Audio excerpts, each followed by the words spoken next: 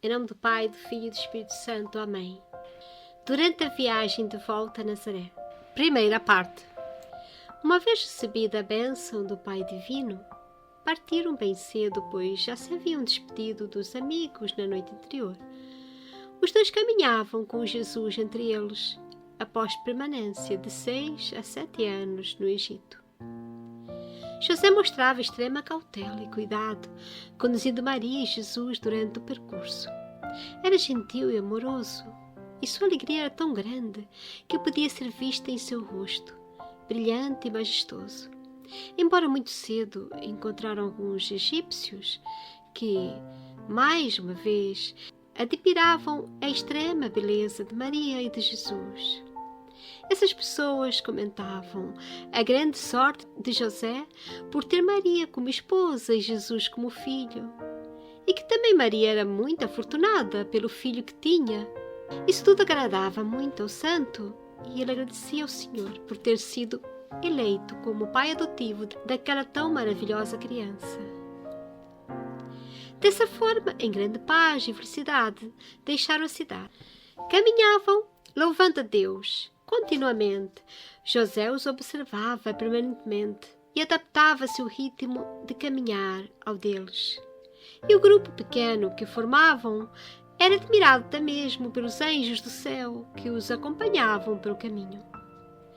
O ar da manhã estava extremamente puro e agradável, e parecia mesmo que todos os elementos da natureza exultavam e festejavam o acontecimento à sua maneira própria, pois tudo o que havia sido criado mostrava sua alegria perante o Criador. Até mesmo os pássaros os acompanhavam, cantando com grande harmonia e beleza. O santo observava esses factos e não continha suas lágrimas tal alegria de que estava possuído. Jesus praticava atos interiores, já descritos em outra obra, enquanto que Maria, sabedora de quem ele era, o acompanhava, sugerindo a José que fizesse o mesmo e seguisse aquela contemplação de natureza interior, e ele assim agia com grande amor e alegria em seu espírito. Após terem caminhado por algum tempo, o santo, para que Maria e Jesus não se cansassem e pudessem repousar um pouco, ordenou uma parada de recuperação, que se repetia espaçadamente. Nessas ocasiões, sentavam-se e conversavam. Como qualquer criança da idade, Jesus se cansava e tinha fome. José pedia então ao Senhor para que transferisse para ele a fome e o cansaço mostrados pelos outros, e dizia para Jesus: ó querido filho, deves pedir ao Pai Divino para que transfira para mim esse sofrimento e canseira, porque somente eu sou o pecador. Sou eu quem deve sofrer e não tu e tua mãe, inocentes e santificados. Jesus, com grande amabilidade, respondia que descera do céu para a terra para sofrer, e que passava por tudo isso para cumprir a vontade do Pai e para salvar a humanidade.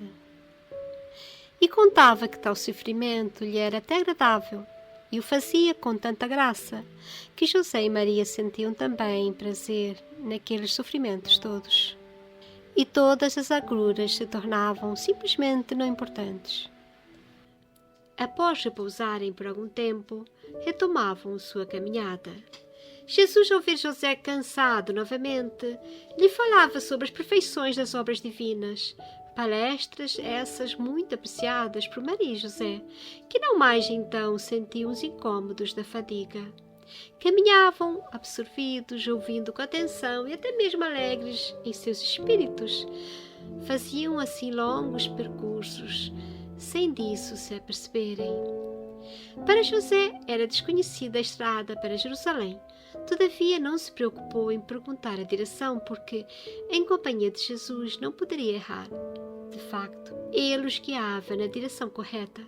Paravam frequentemente para repouso e Jesus aproveitava essas ocasiões para fazer com que admirassem a beleza dos campos e a imensidão do céu, dizendo: observai como meu Pai Divino criou essas coisas todas em grande ordem e com infinita sabedoria.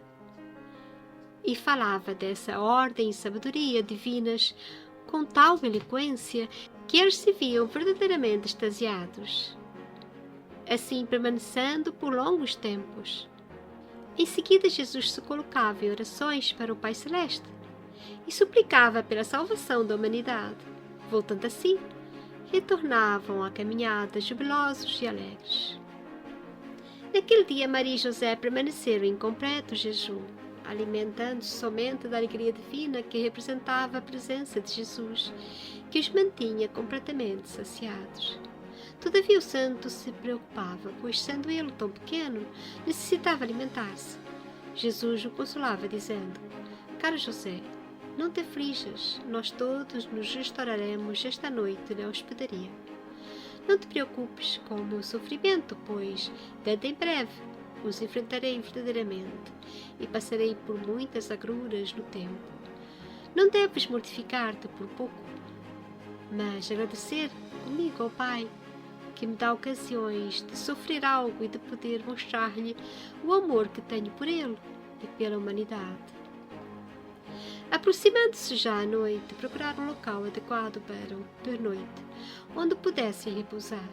O santo se mostrava muito satisfeito, não por ele mesmo, mas sim por Maria e Jesus.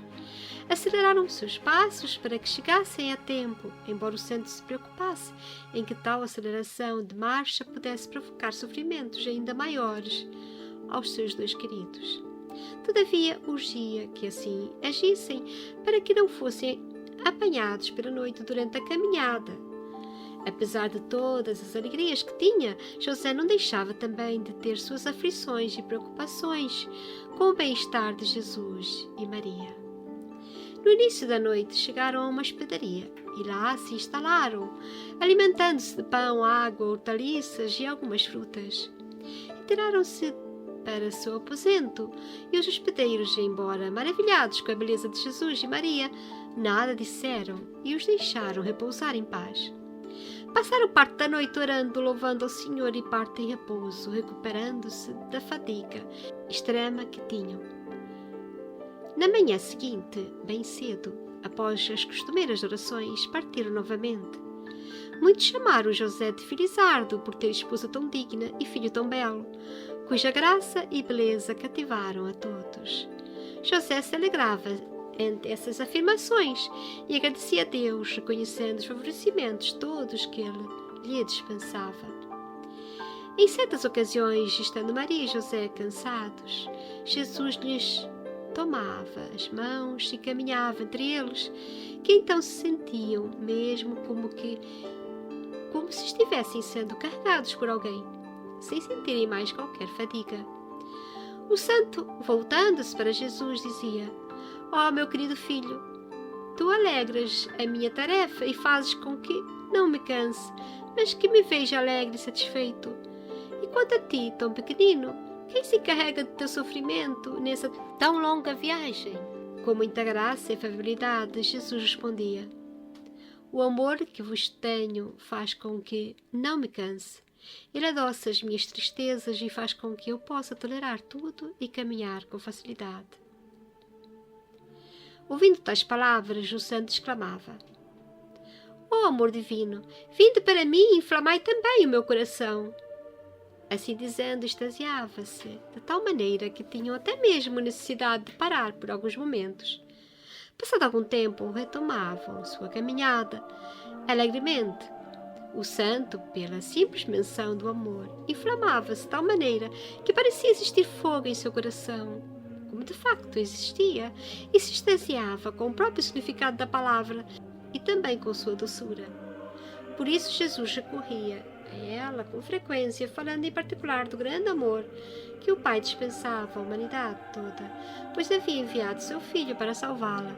Jesus tinha até por bem moderar algo esse seu entusiasmo, pois José se inflamava tanto que não podia mesmo mais controlar a força do seu amor, que o consumia como fogo, pois as palavras de Jesus atuavam nele como ativadoras daquela imensa chama da qual estava possuído. Em nome do Pai, do Filho e do Espírito Santo. Amém.